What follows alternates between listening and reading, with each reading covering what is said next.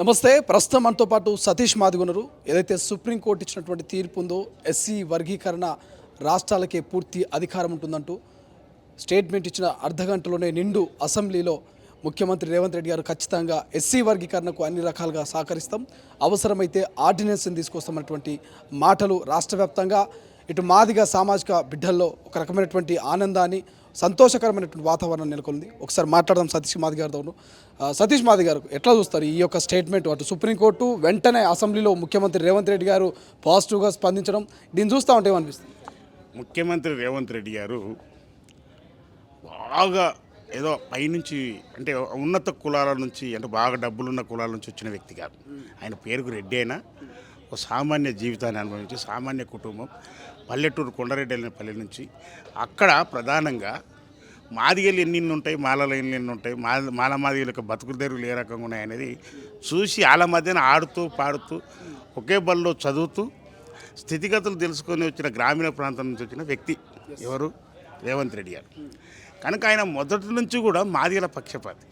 ఎందుకొరకు అంటున్నానంటే రెడ్లే మాదిగల పక్షపాతులు. ఎందుకొరకు నేను చెప్తున్నా రెడ్ల గురించి అంటే అసలు రెడ్లకు మాదిగలకు చాలా దగ్గటి సంబంధం ఉంటుంది, భూమితో కూడుకున్న సంబంధం. వాళ్ళు మాకు యజమానులు ఉంటే మేము జీతాలుగా ఉన్నోళ్ళం, అంటే మేము లేనిది వాళ్ళ భూమి దున్నినోళ్ళు లేరు. మాకు ఇంకొకటి మా కులాన్ని చూసి ఎవరైనా సరే లక్ష్మీ కులం ఎదురొచ్చిందని చెప్పేసి మా కులాన్ని ప్రతి ఒక్కరు వ్యక్తులు కూడా ఎవరైనా కొత్త బండి కొన్నా, లేకపోతే ఇల్లు ఓపెనింగ్ చేసినా, లేకపోతే ఏదైనా పంట కోసినా, ఏం కోసినా, ధాన్యం తీసినా మొట్టమొదటి మాదిగలతోనే పెట్టించుకొని మాదిగలతోనే చేపించుకునే పరిస్థితి ఈ యొక్క తెలంగాణ ప్రాంతంలో సమాజంలో ఉంది. మాదిగలకు ఆ యొక్క గుర్తింపు, గౌరవం ఉంది. దాంట్లో మొట్టమొదట మా కులాన్ని గుర్తించి గౌరవించి ఎంపటి పెట్టుకున్న కులం రెడ్లు. ఇది నగ్న సత్యం. అది రేవంత్ రెడ్డి గారికి తెలుసు. రెడ్లు ధాన్యం మాతోన బిచ్చం ఎత్తుకుంటారు. రెడ్లు మాతోన ముందు జోలే బట్టి మాకు బిచ్చమేయండి అని అడుగుతారు.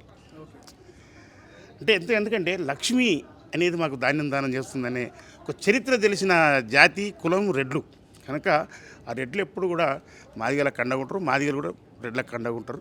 మా కష్టం, మా నిష్టం, మా ఇబ్బంది తెలిసిన వ్యక్తి కనుక రేవంత్ రెడ్డి సుప్రీంకోర్టు తీర్పు వచ్చిందో లేదో వెనువెంటనే అసెంబ్లీలో తీర్మానం చేసి నేను ప్రస్తుతం అపాయింట్ చేయబోతున్న గ్రూప్ 1 ఉద్యోగాలే కానీ, గ్రూప్ 2 ఉద్యోగాలే కానీ, మరియు డిఎస్ఏ కానీ వీటన్నిటిలో ఎస్సీ వర్గీకరణను అమలు చేస్తూ మాదిగ బిడ్డలకు న్యాయం చేసేటట్టుగా నేను చేస్తాను. అవసరం అనుకుంటే సపరేట్గా అసెంబ్లీ సమావేశాలు పెట్టి ఒక చట్టాన్ని తీసుకురానికే ఆర్డినెన్స్ను చేసి 29 రాష్ట్రాల్లో నెంబర్ 1 రాష్ట్రం తెలంగాణ, నెంబర్ 1 ముఖ్యమంత్రి రేవంత్ రెడ్డి అని ఒక మాటను ఏదైతే చెప్పిండో మేము గర్వంగా ఫీల్ అవుతున్నాం. ఈరోజు రేవంత్ రెడ్డి గారు అన్న వ్యక్తి మాకు ముఖ్యమంత్రి ఉండడం, ఆ రోజు ఎస్సీ వర్గీకరణ గురించి ఆయన ఎమ్మెల్యేగా ఉన్నప్పుడు, టీఆర్ఎస్ ప్రభుత్వం అధికారంలో ఉన్నప్పుడు మొట్టమొదటిసారి ఆయనను వర్గీకరణ గురించి సంపత్తును, అదే రకంగా రేవంత్ రెడ్డిని అసెంబ్లీ నుంచి గుంజేసారు బయటికి.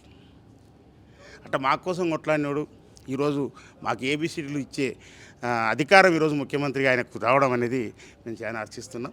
ఆయనకు నిత్యము కృతజ్ఞతాభావంతో మాదిగలో ఉంటామని చెప్పేసి అని తెలియజేస్తున్నాం. 1,00,000 మందితోటి భారీ బహిరంగ సభను ఏర్పాటు చేయబోతున్నారు, ఆత్మీయ కృతజ్ఞత సభను పెట్టబోతున్నటువంటి సమాచారము ఎట్లుండబోతుంది, ఎప్పుడుండబోతుంది? మేము వాస్తవానికి 1,00,000 మంది ఉన్నాం. మేము 10 లక్షల మందితో పెడతాం. ఫెరడ్ గ్రౌండ్లో పెడతాం మేము మీటింగ్. ఫెరడ్ గ్రౌండ్లో మీటింగ్ పెడతాం. ఎందుకొరకు అంటున్న మాట అంటే 1,00,000 మంది అనేది చాలా తక్కువ. మేము తెలంగాణలో ఉన్నది దాదాపుగా 48 లక్షల మంది ఉంటాం మేము మాదిగలు. కేసీఆర్ జనాభా లెక్కలు సమగ్ర కుటుంబ సర్వే 2014 చేసినప్పుడు మాదిగల జనాభా 44 లక్షలు. ఈ 5 ఏళ్ల కాలంలో 4 లక్షలు పెరిగినప్పుడు దాదాపుగా 50 లక్షల దాకా వచ్చినాం మేము తెలంగాణ. మా మాల సోదరులు 18 నుంచి 20 లక్షల మంది ఉంటారు. కనుక మేమేమంటామంటే మా 20 లక్షల మాలలకు మేము వ్యతిరేకం కాదు.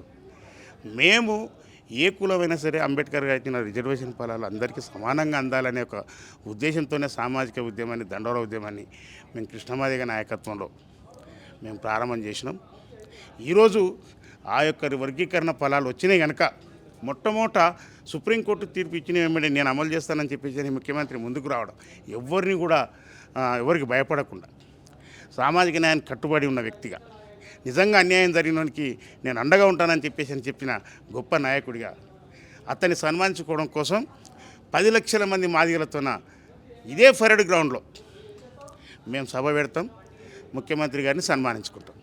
అసలైన తొలి వెలుగు. ఫాలో వాట్సాప్ @తొలి వెలుగు official.